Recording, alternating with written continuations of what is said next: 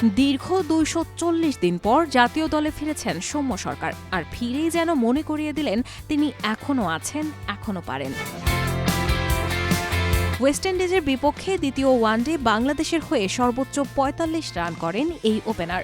ওয়ানডেতে বাংলাদেশি ওপেনারদের মধ্যে সবশেষ সেঞ্চুরিটা এসেছে তার ব্যাট থেকেই। ৩ ইনিংস আগেও তিনি করেছেন ছলমলে একটি ৫০। তবে এরপরও সৌম্য আছেন বাদ পড়ার শঙ্কায়। গতকাল সংবাদ সম্মেলনে এমনটাই জানালেন তিনি। ওয়েস্ট ইন্ডিজের বিপক্ষে সিরিজের দ্বিতীয় ওয়ানডে গড়িয়েছে সুপার ওভারে, যেখানে বাংলাদেশের সামনে ১১ রানের লক্ষ্য ছুড়ে দেয় ক্যারিবিয়াররা, আর এই লক্ষ্য সামলাতে টিম ম্যানেজমেন্ট ভরসা করেছিল সৌম্যর উপরে।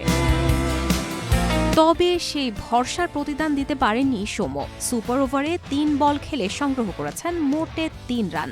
আর তাই হয়তো সংবাদ সম্মেলনে অনেকটা আক্ষেপের সুরেই সৌম্য বলেছেন, চেষ্টা করছি নিজেকে প্রমাণ করতে, কারণ না পারলে আবার দলের বাইরে যেতে হবে। চেষ্টা করি যখনই সুযোগ পাই নিজেকে প্রুভ করার, কারণ প্রুভ না করতে পারলে তো আবারই টিমের বাইরে চলে যেতে হবে। তবে দলের হারের পর কোনো অজুহাত দেননি সৌম্য। হারের দায় নিজের কাঁধেই নিয়ে বলেন, সুপার ওভারের সব বলই ফ্রি হিট ছিল।